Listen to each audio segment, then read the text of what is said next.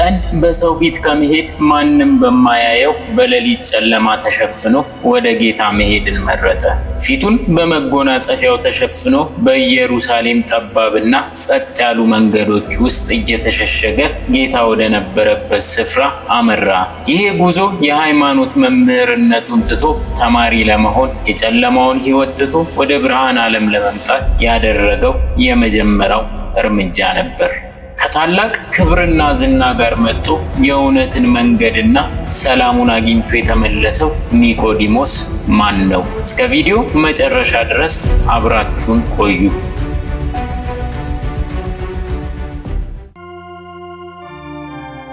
ታሪኩ የሚጀምረው በጌታችን ምድራዊ አገልግሎት ወቅት በኢየሩሳሌም ከተማ ነው። ኒቆዲሞስ ተራ ሰው አልነበረም። እርሱ ከፈሪሳውያን ወገን የሆነ የኦሪት ሕግን ጠንቅቆ የሚያውቅ የአይሁድ መምህር ነበር። የአይሁድ ከፍተኛ የፍርድ ሸንጎ አባል በመሆኑ በሕዝቡ ዘንድ ትልቅ ከበሬታና ግርማም ነበረው። በታሪክ እንደሚነገረው ኒቆዲሞስ እጅግ ባለጸጋና በከተማይቱ ተደማጭነት ያለው ሽማግሌ ነበር። ሁሉንም ነገር አግኝቷል፣ ክብር፣ ዕውቀትና ሀብት። ነገር ግን በውስጡ ጥልቅ የሆነ ባዶነት ነበር። በገሊላና በይሁዳ ድንቅ ተአምራትን የሚያደርገውን፣ ሙታንን የሚያስነሳውን፣ ለድሆች የምስራች የሚሰብከውን ወጣቱን መምህር ኢየሱስን በትኩረት ይከታተለው ነበር። ሌሎች ፈሪሳውያን ጌታን ጋኔን አለበት ወይም ሕግ ይሽራል ብለው ሲያጣጥሉ፣ ኒቆዲሞስ ግን በልቡ ይህ ሰው ከእግዚአብሔር ዘንድ ካልመጣ በቀር እነዚህን ምልክቶች ሊያደርግ አይችልም ብሎም ያምን ነበር። በዚህም ምክንያት ኒቆዲሞስ በታላቅ የውስጥ ትግል ወደቀ። አሁን በግልጽ ሄጄ ባነጋግረውና ደቀ መዛሙርቱ ቢያዩኝ ወይም ባልንጀሮቼ ፈሪሳውያን ቢሰሙ ክብሬ ምን ይሆናል? ከሸንጎ ያወጡኛልን? ብሎም ሰጋ። ነገር ግን የነፍሱ ጥማት ከክብሩ በላይ በረታበት። ስለ መንግሥተ ሰማያትና ስለ እውነተኛው ሕይወት ከዚህ መምህር ጋር መነጋገር ፈለገ። በመጨረሻም ኒቆዲሞስ አንድ ውሳኔ ላይ ደረሰ። ቀን በሰው ፊት ከመሄድ ማንም በማያየው በሌሊት ጨለማ ተሸፍኖ ወደ ጌታ መሄድን መረጠ። ፊቱን በመጎናጸፊያው ተሸፍኖ በኢየሩሳሌም ጠባብና ጸጥ ያሉ መንገዶች ውስጥ እየተሸሸገ ጌታ ወደ ነበረበት ስፍራ አመራ። ይሄ ጉዞ የሃይማኖት መምህርነቱን ትቶ ተማሪ ለመሆን፣ የጨለማውን ሕይወት ትቶ ወደ ብርሃን ዓለም ለመምጣት ያደረገው የመጀመሪያ እርምጃ ነበር።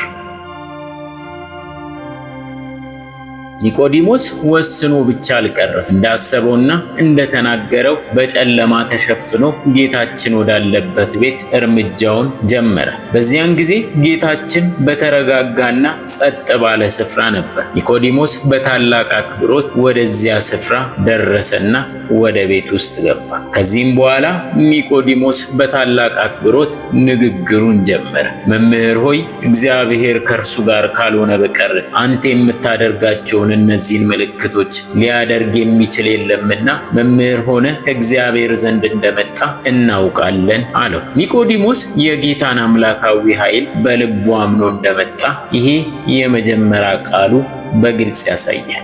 ጌታችን ግን የኒቆዲሞስን የምስጋና ቃል አልተቀበለም ነበር። ይልቁንም በቀጥታ ወደ ነፍሱ ጥያቄ ገባ። እውነት እውነት እልሃለሁ፣ ሰው ዳግመኛ ካልተወለደ በቀር የእግዚአብሔርን መንግሥት ሊያይ አይችልም አለው።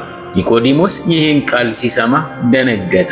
እርሱ የመጣው ስለ ተአምራት ወይም ስለ ኦሪት ሕግ ሊያወራ ነበር። ጌታ ግን ስለ መወለድ ነገረው። ኒቆዲሞስ እንደ ትልቅ የሃይማኖት መምህርነቱ ነገሩን በምድራዊ ዕውቀት ብቻ ሊተረጉመው ሞከረ። ሰው ከሸመገለ በኋላ እንዴት ሊወለድ ይችላል? ዳግመኛ ወደ እናቱ ማዕፀን ገብቶ ይወለድ ዘንድ ይቻላልን? ሲልም ጠየቀ። ዕውቀቱና ሥጋዊ አእምሮ መንፈሳዊውን ምስጢር ሊረዱት አልቻሉም። ኒቆዲሞስ በዛች ሰዓት ግራ ተጋባ።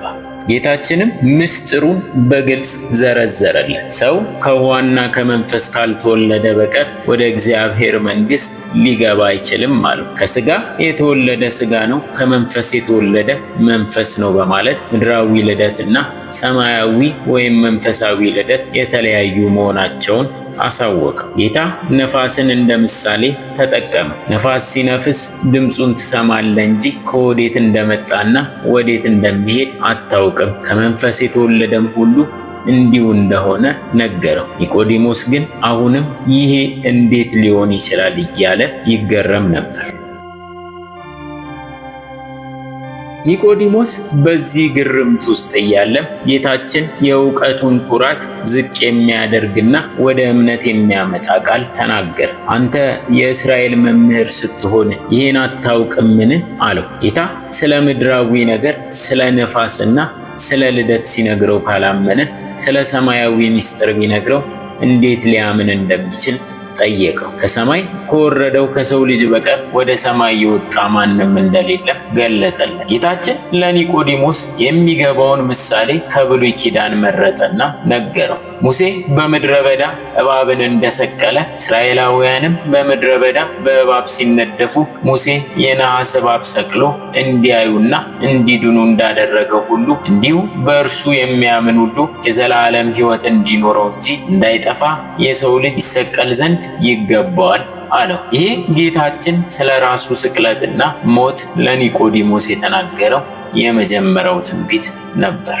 በዚህ ሰዓት ነው ጌታችን በመጽሐፍ ቅዱስ ውስጥ እጅግ የሚታወቀውንና የፍቅር ሁሉ መሰረት የሆነውን ቃል የተናገረው። በእርሱ የሚያምን ሁሉ የዘላለም ሕይወት እንዲኖረው እንጂ እንዳይጠፋ እግዚአብሔር አንድያ ልጁን እስኪሰጥ ድረስ ዓለሙን እንዲወዷልና፣ ዓለም በልጁ እንዲድን እንጂ በዓለም እንዲፈርድ እግዚአብሔር ልጁን ወደ ዓለም እንዳላከውም አብራራለት።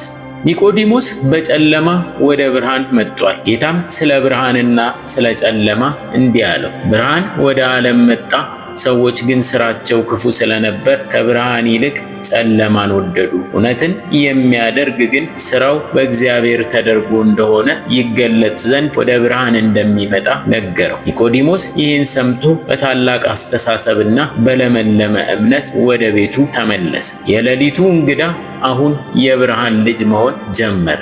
ከሁሉ የሚበልጥ ፍቅር ኒቆዲሞስ የመጣው ሕግ ሊጠይቅ ነበር። ጌታ ግን ፍቅርን ሰጠው፣ ዓለሙን እንዲወዷልና የሚለው ቃል በዚያች ሌሊት በኢየሩሳሌም ጸጥታ ውስጥ ሲሰማ የሰው ልጅ ተስፋን አገኘ። ኒቆዲሞስ በጨለማ መጥቶ በብርሃን ተሞልቶ ተመለሰ።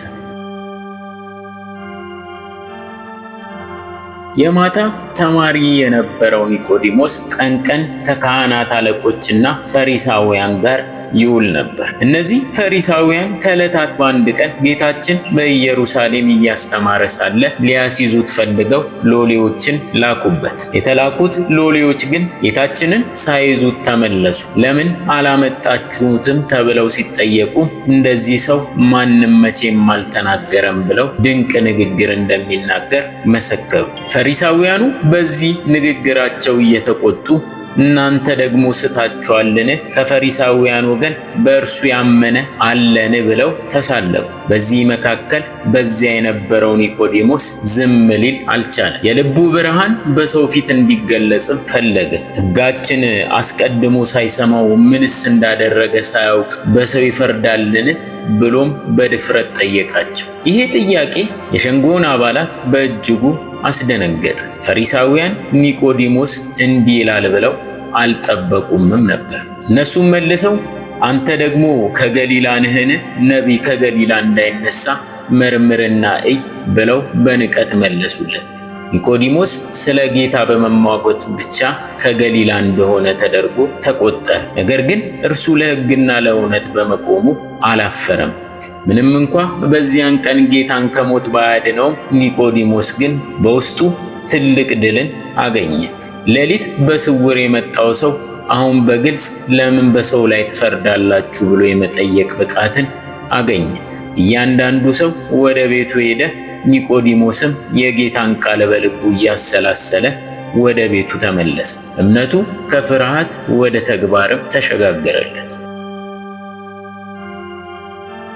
የብርሃን መንገዱንና ትምህርቱን በማታ እየመጣ ይማር የነበረው ኒቆዲሞስ በመጨረሻው ሰዓት ላይ ጌታችን መድኃኒታችን ኢየሱስ ክርስቶስ በመስቀል ላይ ተሰቅሎ ተፈጸመ ባለ ጊዜ ምድር ስትናወጥ፣ ፀሐይም ስትጨልምና ደቀ መዛሙርቱ ፈርተው በተበተኑበት፣ አይሁድም በድል ስሜት በነበሩበት በዚያ አስፈሪ ሰዓት ላይ የክርስቶስን ሥጋ ከመስቀል ላይ አውርዶ ለመቅበር ከተነሱ ሁለት ሰዎች መካከልም አንዱ ነበር። በዚያች ሰዓት ዮሴፍ ዘአርማትያስ የተባለውና ኒቆዲሞስ መጡ። ነገር ግን ኒቆዲሞስ ባዶ እጁንም አልነበረም። አስቀድሞ በሌሊት ወደ ጌታ መጥቶ የነበረው ኒቆዲሞስ 100 ንጥር የሚሆን የከርቤና የእሬት ቅልቅል ሽቶ ይዞ መጣ። ይህ ሽቶ እጅግ ውድና ለነገሥታት ብቻ የሚቀርብ አይነት ሽቶም ነበር። ኒቆዲሞስ ለጌታ ያለውን ጥልቅ ፍቅርና አምላክነቱን ያለ ስስት በሀብቱ መሰከረ። ኒቆዲሞስና ዮሴፍ የጌታን ሥጋ ከመስቀል አውርደው በክብር ያዙት። እንደ አይሁድ አቀባበር ሥርዓትም የጌታን ሥጋ ከሽቶ ጋር በንጹሕ ጨርቅ ከፈኑ። የአይሁድ መምህርና ባለጸጋው ኒቆዲሞስ እጆቹን በደም በታጠበው የጌታ ሥጋ ላይ አሳረፈ። ፍርሃቱ ተወግዶም በፍቅር ተተካ። ጌታ የተሰቀለበት ስፍራ አጠገብ ማንም ያልተቀበረበት አዲስ መቃብር ነበር። ኒቆዲሞስና ዮሴፍ ጌታን በዚያ አኖሩት። ታላቅ ድንጋይን በመቃብሩ ደጅ ላይ አንከባለሉ። ኒቆዲሞስ ጌታ የሰው ልጅ ይሰቀል ዘንድ ይገባዋል ያለውን ቃል እያሰበ በታላቅ ሐዘንና በተስፋ መካከል ሆኖ ተለየ። የሌሊቱ እንግዳ አሁን የአምላኩን ሥጋ የከፈነ ታማኝ ወዳጅም ሆነ። ፍቅር ዋጋ ያስከፍላል። ኒቆዲሞስ በሌሊት የመጣው በጥርጣሬ ነበር። አሁን ግን በመስቀል ስር የቆመው በጽኑ ፍቅር ነው። 100 ንጥር ሽቶ የልቡ ምስክር ነበር። ዓለም ተሸነፈ ስትል፣ ኒቆዲሞስ ግን ለንጉሡ የክብር ሽልማት አቀረበ። የሌሊቱ እንግዳ የጌታን ሥጋ በመዳፉ የዳሰሰም ቅዱስ ሰው ሆነ። ይህ ታላቅ መምህር ጌታን በሽቱ ከፍኖ የቀበረው በታላቅ ሐዘን ነበር። ነገር ግን በሦስተኛው ቀን መቃብሩ ባዶ ሆነ። ጌታም በክብር ተነሳ። የሰው ልጅ ይሰቀል ዘንድ ይገባዋል ብሎ እንደነገረው ሁሉ መነሳቱንም ሲሰማ ኒቆዲሞስ ጥርጣሬው በሙሉ በድል ተተካ። ኒቆዲሞስ ከትንሣኤ በኋላ ከሐዋርያት ጋር በመሆን ስለ ክርስቶስ አምላክነት በድፍረት መመስከሩን ቀጠለ። ቤተ ክርስቲያናችን በአብይ ጾም 7ኛው ሳምንትን ኒቆዲሞስ ብላ የሰየመችው ያለ ምክንያት አይደለም። ኒቆዲሞስ የሁላችንም ምሳሌ ነው። እኛም እንደ እርሱ በኃጢአት ጨለማ ውስጥ ብንሆንም ወደ ብርሃኑ ወደ ክርስቶስ መምጣት እንደምንችል ያስተምረናል። ዳግመኛ መወለድ በሥጋ ሳይሆን በንስሐ በጥምቀት መሆኑን፣ ለዚህ ደግሞ ሌሊትም ቢሆን መምጣት እንደሚቻል ያሳየናል። ኒቆዲሞስ በመጨረሻም ዘመኑ በክርስቶስ በማመኑ ምክንያት ከአይሁድ ሸንጎ ተባረረ። ሀብትና ክብሩም ተወሰደ። ነገር ግን እርሱ ከምድራዊ ክብር ይልቅ ሰማያዊውን ክብር መርጦ ነበር። በአጠቃላይ በስውር የመጣ ብትሆንም በግልጽ የምትመሰክርበት ቀን ይመጣል። ከሌሊት ጥያቄ ተነስተ እስከ መስቀሉ ፍቅር የምትጓዝበት የኒቆዲሞስ ሳምንት ይሄ ነው። የፈለገውን ያህል ጨለማ ቢሆንብህ ወደ ብርሃኑ ለመምጣት ፈጽሞ አታርፍድ። ኒቆዲሞስ በስውር መጥቶ በክብር ተመልሷል። አንተስ ዛሬ ለብርሃኑ ልብህን ትከፍታለህን? የአብይ ጾም በረከት ከሁላችንም ጋር ይሁን። ወስብሐት ለእግዚአብሔር ወለወላዲቱ ድንግል ወለመስቀሉ ክቡር አሜን።